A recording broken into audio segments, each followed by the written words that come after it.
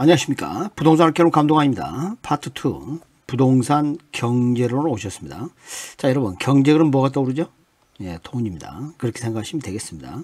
자, 이 돈을 중심으로 물건을 살려는 사람과 팔려는 사람이 만나는 거죠. 살려는 사람은 뭐라고 그럴 것 같아요? 수요자라고 그럽니다.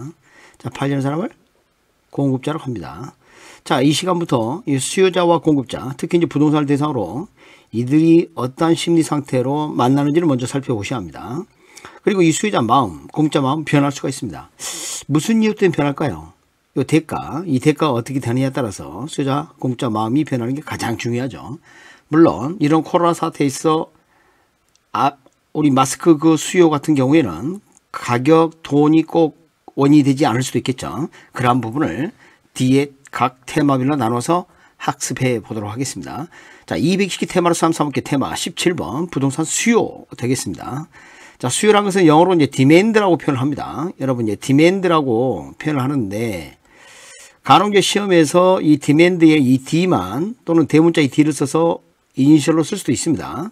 그래서 경제학 시험에서는 그대로 사용을 해서 출제하는 경향도 있기 때문에 이 D를 좀 알아두셨으면 좋겠습니다. 우리 알파벳 이렇게 보시면 D 이렇게 하겠단 말이죠. 이제 입을 벌리고 있으면 목젖이 보인다 이렇게 생각하시면 되겠습니다. 배고플 때 뭔가 필요로 하죠. 그렇게 하도록 하겠습니다. 자, 수요. 일정 기간 동안 재화 서비스. 우리는 이제 부동산을 대상으로 하죠. 구매. 우리 부동산은 뭐예요? 매입 또는 임차하자는 욕구입니다. 자, 여기에 내포된 내용이 출제가 됩니다. 일단 이 유리한 개념은 나중에 테마를 달리해서 좀 더 자세히 살펴보겠습니다만, 유자가 흐를 유자입니다.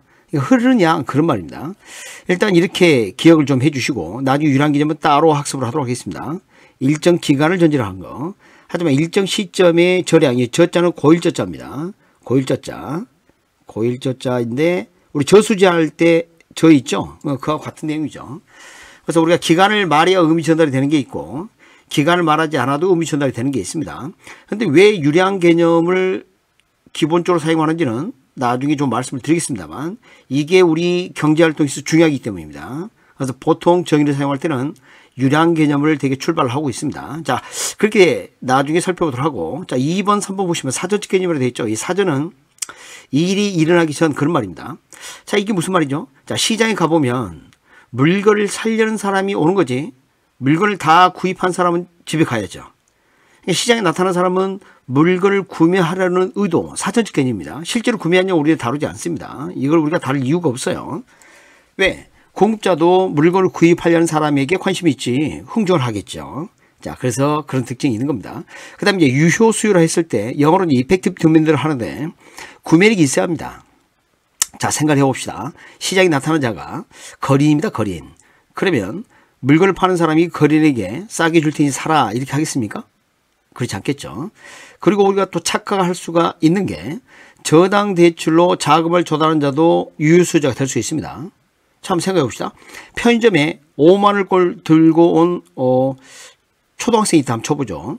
그럼 그 초등학생에게 야, 그 돈 훔쳐왔냐? 뭐 너 돈 맞아? 이런 거 물어봅니까? 물건을 사러 오면. 뭐 물론 이제 미성년자니까 좀 제한이 좀 따르겠죠, 민법상. 그러나 기본적으로 누가 지불할 의사를 가지고 능력이 있고 나타나면 공급자는 그들을 차별되고 하지 않습니다. 그렇지 않겠습니까? 그러니까 그 돈이 저당 대출로 마련됐는지 자신이 원래 있던 돈으로 마련했는지 그것은 중요하지 않다는 거죠. 그래서 이런 부분도 좀 유의를 해주시고, 자, 이 사전적 개념하고 유효수의 개념은 출제가 계속되고 있기 때문에 주의를 해 주시기 바랍니다. 테마 17번 부동산 수요에 대한 기본 이론이었습니다. 이제 기출지문 확인하기로 오셨습니다. 자, 부동산 수요 곡선산. 여러분 지금 수요 곡선 아직 배우지 않았죠? 그 점은 구입하고자 하는 양과 지불할 의도를 나타내는 가격을 이렇게 나타냅니다. 그것은 나중에 그래프를 통해서 설명해 드리도록 하고, 자, 가격이 주어졌다면 부동산의 구매 의사와 능력, 이걸 뭐라 그래요? 유효수요라고 합니다. 유효수요. 그러니까 의사와 능력이 있어야 합니다. 의사와 능력이 없는 자가 시장에서 어떤 영향을 행사할 수 없는 거죠. 공짜도 관심 갖지 않습니다. 그 다음에 부동산 수요량은 특정 가격 수준에서 구매하자는 의사와 능력, 지금 또 출제됐죠. 그러니까 21에 28에 이렇게 출제됐고, 그 다음에 유효수요 개념을 21회 때 사용했다는 알 수가 있습니다. 경쟁 능력이 있어야 한다. 그리고 수요량은 일정 기간에 실제로 구매한 수량이다. 우리 그거 다루지 않습니다. 자, 시장에 나타나는 사람은 실제로 구매한 양을 우리가 나타난 사람이 구매한 양을 다루는 게 아니라 구매하고자 하는 양이 어떻게 되느냐, 이게 관심의 대상인 거죠. 자, 그 다음에 용어 정리 시간이 되겠는데요. 수요 이렇게 하면 디맨드라고 제가 말씀을 드리지 않았습니까? 근데 이 소요라는 표현을 쓰게 되면 니즈라 그래요. 니즈. 이때는 이제 구매력을 고려한 개념이 아닙니다. 구매력을 고려한 개념이 아니에요. 필요를 한다 이런 개념이니까. 그러나 이 수요는 이미 살펴본 것 같이 구매력이 있는 유효 수요를 말한다. 그래서 우리가 소요 제기한다 이런 표현을 들어보셨을 겁니다. 야, 필요를 하니까 이거 좀 마련해 주세요 이런 거죠. 그러면 정부가 예산을 통해서 특정 부서에 대한 이 물건들을 공급해 주는 그런 조달을 해주게 되죠. 그래서 이 소유정책 뭐 이런 것들은 사실상 우리 부동산으로 친다면 저소득층, 자 다시 말하면 구입 능력이 없는 무주택 서민들을 위해서 대개 이런 소요적인 측면을 파악해서 지원하는 정책을 취하고 있다. 정책상의 개념이다. 이렇게 볼 수 있겠습니다. 정리해보면 수요는 경제상 개념, 소요는 정책상 개념, 그 다음 또 대비해서 수요는 구매력이 있는 걸 말한다면 소요는 구매력이 없는 사람들을 대상으로 한다. 서로 다르다. 옳은 이야기 되겠습니다. 지금까지 기출주문 확인하겠습니다.